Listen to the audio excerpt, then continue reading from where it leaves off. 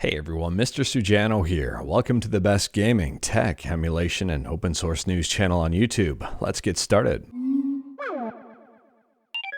Alright, we'll kick things off here talking about Atari Jaguar emulation with BigPEmu, and BigPEmu just got a brand new release up to version 1.09. Now, in my opinion, this update is kind of crazy. BigPEmu is known for some pretty big updates, and this update is no different. If you like online multiplayer, you'll probably like this update. They added in a new state sync network device type, which synchronizes system state across the network. This allows local two-player games to be played over internet LAN connections. And if we continue to go down the list, this is where things get crazy. He added in a new script that adds multiplayer to Alien vs. Predator. It says right here, proper client-server architecture. Up to 32 players can drop in at any time during gameplay, in theory. And there is a point worth pointing out. It says generally handles the fundamentals, but expect plenty of limitation, bugs, and odd behavior. This game wasn't designed to support multiplayer, and I've left a few threads hanging under the guise of shippable. So that being said, if you wanted to see this update in action, I'll drop a link to a very helpful YouTube video in the description below. It's by Rich Whitehouse himself. And speaking about YouTube videos, next up we're talking about Hard for Games, who dumped and preserved an unreleased Nintendo GameCube game, and it's called Pickles. We've talked about this one in the past, and they've made some progress here. I'll drop a link to the YouTube video in the description below. Now, for those of you who are really curious about this game, there's a lot of great information up on hiddenpalace.org, and I'll drop a link to it in the description below. Next up, we're talking about the Panasonic 3DO and Mortal Kombat 2.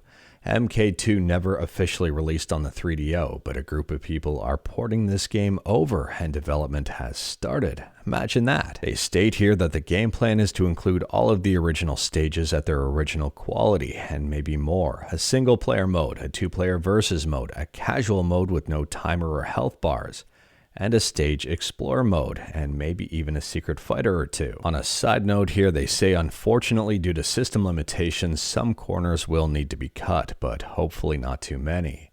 As soon as I know more about this project, you'll know more. And speaking about Mortal Kombat, next up we're talking about Mortal Kombat again, and this time for the NES. This here is a demake of Mortal Kombat for the NES, based on the 1994 Hummer Team bootleg engine. And in my opinion, it's shaping up extremely nice. This thing looks great. It's currently in active development, and as soon as I know more, you'll know more. I'll drop a link to the YouTube video in the description below. But moving on, and next up we're still talking about Mortal Kombat, and this time about MK1 for the Nintendo Switch. Reviews for this game are coming in, and it's being reviewed very well. However, MK1 on the Switch is arguably one of the more expensive games out there.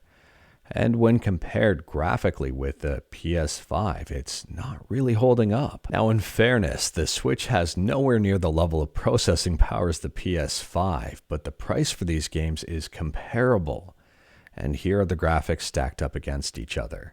The Switch pales in comparison. You could argue that MK1 on the Switch is a miracle in itself.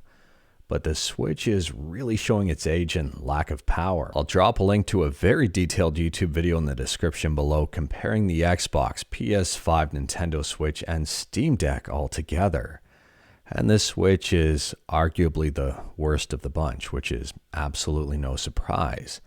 The Steam Deck, on the other hand, is performing a lot better than I thought. However, thanks to those lower resolution textures, it appears that the Switch is outperforming the Steam Deck in certain areas, which makes me wonder how will MK1 run on Yuzu and Ryujinx compared to the actual Switch. Let me know your thoughts about this in the comments below. And let me know your thoughts about MK1 on the Switch in the comments below. Do these graphics bother you? Does the price bother you? Let me know. But moving on, and yes, we're still talking about Mortal Kombat, and this time about an unofficial 60 FPS patch. It's on GitHub, it's free, and it's open source. It's available for the PC version, and it removes the 30 FPS cap from the main menu, invasions, towers, customization, and cinematics, which include intros, fatal blows, and fatalities. Again, links to everything, including a YouTube video showing the patch in action, in the description below. Next up, we're moving on from Mortal Kombat and talking about Marvel's Avengers. As of September 30th, Marvel's Avengers will be delisted from storefronts, meaning you'll no longer be able to purchase it. As far as I know, though, you can still play it in single-player mode. The definitive edition includes nearly all previously released content, and it's on sale for a pretty steep discount. Now, based on the reviews here, I don't want to say this game is a must-have, especially at the list price. But on the sale price here, it's far more attractive. Let me know your thoughts about this one in the comments below. And speaking about cost, next up we're talking about Unity, and it appears that Unity is having a bit of a change of heart based on last week's feedback. And feedback is putting it lightly. Anyways, they say, "We have heard you. We apologize for the confusion and angst the runtime fee policy we announced on Tuesday caused. We are listening, talking to our team members, community customers, and partners." Kind of wish they did that first. "And we'll be making changes to the policy. We will share an update in a couple of days. Thank you for your honest and critical feedback." Now, according to Bloomberg, Unity plans to limit fees to 4% of a game's revenue for customers making over 1 million, and said that installations counted towards reaching the threshold won't be retroactive. While on one hand, I would argue that these are nice first steps in the right direction, on the other hand, I'd argue that these steps could have been avoided altogether. They could have possibly done some more research on how customers were going to respond to these changes. And they didn't really have to do them in the first place. Obviously, they wanted more money, but at the same time, at what cost? I would argue the trust that they had built up is gone, and I don't know if they'll ever get that back. I don't know if developers are going to want to go back to Unity with a fear of changes in the future. We've talked about this one before, but a number of developers are reevaluating whether or not they want to use Unity in the future, and some of them are even thinking about pulling their games once those fees are enacted. I think this might be too little too late for Unity. Let me know your thoughts in the comments below. Next up, we're talking about Fear the Spotlight, which is a PS1 horror survival themed game. It's an indie game. There is a demo available and it just released on Steam. I'll drop a link to it in the description below in the event that you wanted to check it out. And last up here, we're talking about Twitter, and there's a lot of rumor out there that Elon Musk is going to start charging users to use Twitter, or X as it's now called.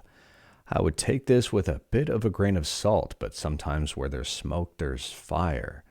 I'm kind of confused on how he expects Twitter to continue to operate if this actually happens. I mean, I would be one of those people leaving the platform. Now, on the off chance that something actually happens to Twitter, or X now, I am still on Mastodon. I like Mastodon. It's free, it's open source, it's decentralized, and I'll drop a link to it in the description below. But anyways, that is all I've got for you in this one. Straight to the point, all stuff and no fluff. We talked about a bunch today. Let me know your thoughts about absolutely any of it in the comments below. If you like this video, leave a like. If you didn't like this video, leave a like. Hit that subscribe button, check out my other videos. Don't tempt fate, save your state.